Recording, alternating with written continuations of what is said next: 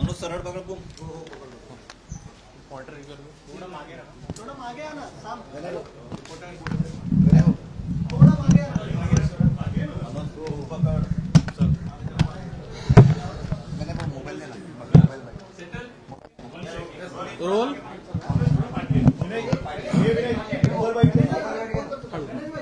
मनुष्य खाली कर एकदम फेस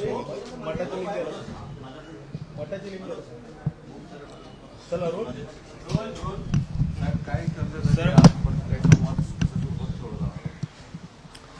काल मान्य न्यायमूर्ती निवृत्त न्यायमूर्ती शिंदे साहेबांनी आमचे अधिकारी मान्य जयरंगे पाटील यांना भेटलेत आणि शासनाच्या वतीने आपण जी काही कार्यवाही करतोय त्याची त्यांना कल्पना दिली आहे. त्यानिमित्तानं त्यांनी मांडलेल्या काही मुद्द्यांसंदर्भात चर्चा करण्यासाठी आज पुन्हा आमची मंत्रिमंडळ उपसमिती बैठक आता झाली. आम्ही सर्व मंत्री त्या बैठकीसाठी उपस्थित होतो. काही मंत्री ऑनलाईन आहेत आणि त्यांच्या मागण्यांच्या संदर्भात पुन्हा एकदा चर्चा झाली. विशेष करून हैदराबाद गॅझेटियर आहे आणि सातारा गॅझेटियर याची अंमलबजावणी लगेच झाली पाहिजे अशी त्यांची मागणी आहे आणि त्यासाठी कुठल्या प्रकारची मुदतवाढ मी देणार नाही अशी त्यांनी भूमिका मांडलेली आहे.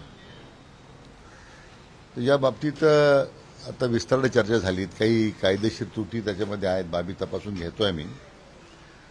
अंमलबजावणी करण्यासंदर्भात काय होतंय आणि मग पुन्हा त्या बाबतीमध्ये त्यांच्या समितीत आम्ही चर्चा करणार आहोत असं आमच्या मंत्रिमंडळ उपसमितीमध्ये आता निर्णय आम्ही ठरवलं. प्रामुख्याने ह्या दोन गॅजेट संदर्भातच झाली. दोन गॅजेटच्या संदर्भामध्ये तात्काळ अंमलबजावणी करावी ही त्यांची भूमिका काय आहे आणि सरकारला त्यात नेमकी अडचण काय आहे? नाही, अडचणी काय, अडचणी तशा कारण तो मुद्दा असा आहे की जे काही सॅम्पल्स आपल्याला मिळालेले आहेत, संख्या मिळालेली आहे, आपल्याला नावं नाही आहेत आणि त्याच्या संदर्भात मग कसं पुढे जायचं म्हणून आज आम्ही परत संध्याकाळी 5 वाजता आपल्या राज्याचे ॲडव्होकेट जनरल जे आहेत त्यांच्या समेत परत बैठक आहे. त्यांना आम्ही आता माहिती सांगितली, माहिती पाठवली. आमच्या विधी व न्याय विभागाचे सचिव आहेत मंत्रालयातील आपल्या आणि आमच्या विभागाचे जे सचिव आहेत त्यांच्या समेत आता पुन्हा 5 वाजता ॲडव्होकेट जनरल यांची समेत चर्चा होईल.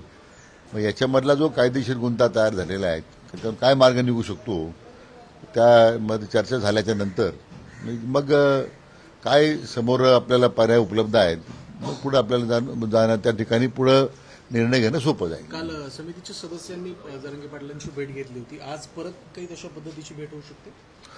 नाही, आज भेट घेण्याचा प्रश्न नाही, कारण त्यांनी मुद्दे आता उपस्थित केले आहेत. पुन्हा ते हे सांगणार की मी जी माहिती मागणी केलेली आहे त्याच्या संदर्भात तुम्ही काय निर्णय केलेला आहे.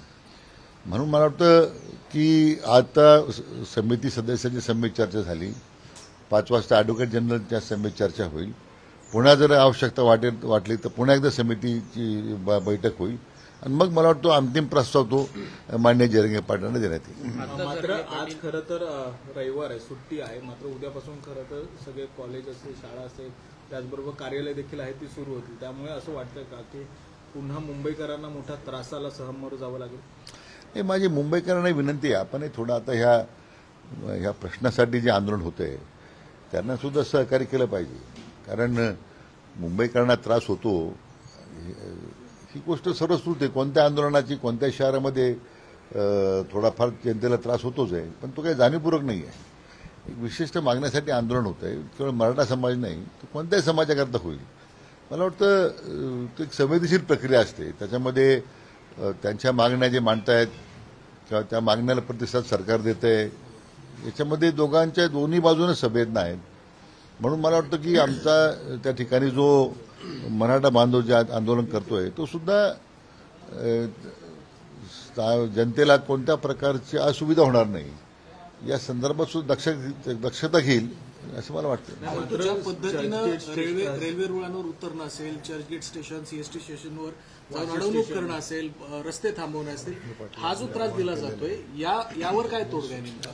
असं आहे, मान्य जरंगे पाटलांनी स्वतः आवाहन केलेलं आहे मराठी बांधवांना की अशा कुठल्या प्रकारचा अनुचित प्रकार तुम्ही करू नका, जनतेला त्रास होईल असं करू नका. मला वाटतं त्या आव्हानाला प्रतिसाद देऊन लोकांनी अतिशय शिस्तबद्धपणे काम आपलं आंदोलन सुरू ठेवलेलं आहे. आणि त्याच्यामध्ये काही उद्योगी मंडळी असतील की जे विनाकारण आंदोलनाला बदनाम करण्याचा प्रयत्न करण्यासाठी सुद्धा आले असतील किंवा त्याच्या या सगळ्या परिस्थितीचा गैरफायदा घेण्यासाठी सुद्धा आले असतील, तर ते समाज बांधव त्यांचा बंदोबस्त करतील ना. त्याच्यामध्ये मला वाटत नाही. आणि स्वतः ते जरंगे पाटीलच सांगतायत.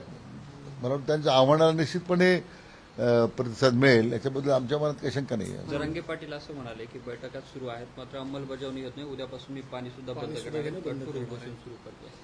नाही, असं आहे की म्हणून त्यांनी जी मांडलेली भूमिका आहे किंवा आमच्या न्यायमूर्ती महोदयांच्या समोर त्यांनी जे काही मुद्दे उपस्थित केलेले आहेत, म्हणून आम्ही आज बसलो ना. म्हणजे रविवारी आम्ही सुद्धा काही सुट्टी घेतलेली नाही आहे किंवा कोणी मंत्री महोदय गावाला गेले नाहीत. यासाठी आम्ही सगळे एकत्र बसलोय. पुन्हा आज ॲडव्होकेट जनरल साहेबांनी विनंती केली रविवार असताना आपण वेळ द्या, मग त्यांनी आता 5 वाजता वेळ दिलेली आहे.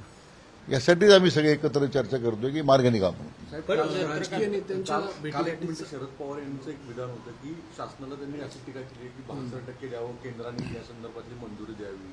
परत हे विधान करून अजून काही मतप्रवाह बदलायचा प्रयत्न केला जातो का? घटनेत बदल करून हे केलं जाऊ शकतं असं आहे. सूचित केलंय. मला शरद पवारांचं नेहमी आश्चर्य वाटतं की ते राज्याचे 4 वेळा मुख्यमंत्री होते. मग 94 साली मंडल आयोगाची अंमलबजावणी करताना त्यांचं हे काय लक्षात आलं नाही की आपण त्यावेळी मराठा समाजाचा अंतर्भाव करा म्हणून. 10 वर्ष केंद्रामध्ये मंत्री होते, त्यावेळी केंद्रामध्ये युपीचं सरकार होतं, राज्यामध्ये युपीचं सरकार होतं. 10 वर्ष त्यांना समजलं नाही का, लक्षात आलं नाही का त्यांना की घटनेत बदल करून देऊ शकतो आपण. कारण मराठा समाजाची मागणी आरक्षणाची आज नाही ना, ती जुनीच मागणी आहे. म्हणजे आपल्या स्वतःकडे ज्यावेळी जबाबदारी होती त्यावेळी ती जबाबदारी पूर्ण केली नाही. आज या प्रश्नावर आपली राजकीय पोळी भाजण्याचा ते प्रयत्न करत आहेत. हे दुर्दैव आहे. एवढ्या मोठ्या ज्येष्ठ नेत्यानं त्यांच्या कोणी अपेक्षा नाही आहे. तर असं वाटतंय का की ते सरसकट असं ओबीसी मधून खरं ह्यांना आरक्षण देणं शक्य होऊ शकतं? हे बोलावं ना शरद पवार साहेबांनी किंवा त्यांच्या महाविकास लोकांनी सांगावं ना की मराठा आपल्या ओबीसीमध्ये मराठा समाज आरक्षण देता येईल. जाहीर करा त्यांनी भूमिका. त्याच्यावर काही बोलत नाही. मग घटना दुरुस्ती केली पाहिजे. ही काही हे असं आहे, हे ज्ञान दानाचं काम द्यायचं काही त्यांच्याकरता त्यांनी देऊ नये. आम्हाला जी मागणी समाजाची आहे की मराठा समाजाला ओबीसीत आरक्षण द्यावं, देता शरद पवारांनी सांगा, पवार साहेबांनी घेऊ, आम्ही दिलं पाहिजे. म्हणजे त्याला घटना दुरुस्तीपर्यंत जायची गरज नाही ना. नाही, त्यांनी 2 दिवसांपूर्वी जेव्हा प्रश्न विचारला गेला त्यावेळेला भूमिका याबद्दल काही स्पष्ट केली नाही. मात्र आज असं देखील सांगितलं जातं की स्वतः शरद पवार आझाद मैदानावर जाऊन जरांगेंची भेट घेणार आहे. असे कोणी कोणाला भेटू शकतो ना. त्यांनी भेट घेणं काही वावगं नाही आहे. भेट जरंगे पाटलाने भेट घेतल्यानंतर जरंगे पाटलांनी त्यांना हाच प्रश्न विचारला पाहिजे. ठीक आहे, मला भेटायला आलं बरोबर आहे, पण तुम्ही मराठा समाजाला ओबीसीत आरक्षण देऊ शकता, एक जाहीर करा हो का नाही म्हणून. एवढीच अपेक्षा आहे. बाकी काय आम्हाला त्या भेटीमध्ये कुणी भेटावं न भेटावं हा प्रश्न कुठे येतो. राजकारण होतं म्हणायचं. मंडल यात्रा ही कुठेतरी आपल्याला चालू असल्याचं पाहायला मिळालेलं होतं. ती स्थगित करण्यात आली. त्यानंतर जे त्याचे प्रमुख होते राजापूरकर ते थेट जाऊन त्या व्यासपीठावर जातात आणि सांगतात आमचा पाठिंबा आहे. नेमकं याकडे कशा प्रकारे बघायचं? एकीकडे कुठेतरी 2 समाजामध्ये वाद निर्माण करण्याचा हा प्रयत्न. नाही, मी त्यावर भाष्य करणार नाही. मला खरं या प्रश्नात राजकारण मला करायचं नाही. ज्यांना राजकारण करायचं त्यांना करू द्या. आम्हाला हा प्रश्न सुटला पाहिजे म्हणून शासनाची भूमिका आहे आणि त्या दृष्टीने आमची पावलं पडत आहेत. एकदा आमची आज बैठक झाली की त्यानंतर मला वाटतं शासनाची भूमिका आपल्याला मांडता येईल. सोयीचं राजकारण होतं या सगळ्या संदर्भात. कारण कुणी जे आझाद मैदानावर जात आहे ते ओबीसीतून आरक्षण मिळावं का याबद्दल कुणीही स्पष्टपणे भाष्य. मला ते सांगणं आहे ना. जरंगे पाटलांना माझी हीच विनंती आपल्या माध्यमातून की जे येतात हे राजकीय पोळी भाजण्यासाठी त्यांना हा प्रश्न विचारा पहिल्यांदा. मग तुम्ही त्यांचा हेतू काय आहे? आमचा पाठिंबा आहे, दिलं पाहिजे, काय दिलं पाहिजे. पण एकदा एका बाजूला यात्रा काढायच्या आणि दुसऱ्या बाजूला पाठिंबा द्यायचा मला वाटतं हे जे राजकारण चाललेलं आहे त्यातून मराठा समाजाच्या जखमीवर मीठ चोळण्याचा प्रकारे करतायत. त्यांना प्रश्न तेवढ ठेवायचा आहे, सोडवायचा नाही. आमच्या सरकारची भूमिका मात्र हा प्रश्न सुटला पाहिजे म्हणून आम्ही प्रयत्न करतो. काल तुमच्याकडे खरं तर बीडमधले आमदार सगळे आले होते भेटायला. त्यांनी पण एक अशी प्रामुख्याने मागणी केली की ज्यांच्याकडे 7/12 आहेत आणि ज्या 7/12 आहेत त्यांना लगेच कुणबीचं प्रमाणपत्र देण्यात येतं. कसं बघतं, कारण की ही नव्याने एक मागणी त्या आमदारांनीच केलेली आणि ते सगळे सत्तेतले आमदार आहेत. नाही, असं आहे की त्यांची मागणी केली माझ्याकडे बरोबर आहे, पण त्याच्यातलं वास्तव काय कायदेशीर आपल्याला करता येणार नाही आम्ही सगळं तपासून पाहतो ना. आलेल्या सगळ्या सूचनांचं स्वागतच आहे. शेवटी हा प्रश्न सुटला पाहिजे म्हणून आमचा जो प्रयत्न आहे त्याला अशा काही सूचना येत राहतात वेगवेगळ्या माध्यमातून, त्याचा आम्ही नेहमी विचार करतो. पण कुठेतरी राजकीय आरक्षण मिळावं यासाठी हा सगळा खटाटोप सुरू आहे का? कारण शैक्षणिक आणि सामाजिक आर्थिक आरक्षण नाही, मला वाटतं आता ह्या सगळ्या विषयावर राजकीय आरक्षणासाठी चाललंय असं स्वतः चंद्रकांत दादा पाटील म्हणाले. नाही, चंद्रकांत दादा आमच्या समितीत काही चर्चा करताना मुद्दा मांडलेला नाही त्यांनी, त्यामुळे त्याच्यावर मी काही बोलणार नाही. साहेब, संजय राऊतांचं असं मत आहे की अमित भाई येतात, लालबागला जातात, बाप्पाला जातात दर्शनाला, पण मराठा जिथं आंदोलन करतात तिथे आंदोलन करतात तिथं मात्र भेटी द्यायला गरज नाही वाटत. थेट भाजपाच्या पक्षश्रेष्ठींनाच अशा स्वरूपाच्या आरोपाच्या कचाट्यात ते पकडतात. नाही, संजय राऊताला ते कामच दिलेलं आहे ना, त्यांचं सकाळी उठल्यापासून तेच काम आहे, त्यामुळे त्यांच्याबद्दल काय बोलणार आपण. थँक्यू.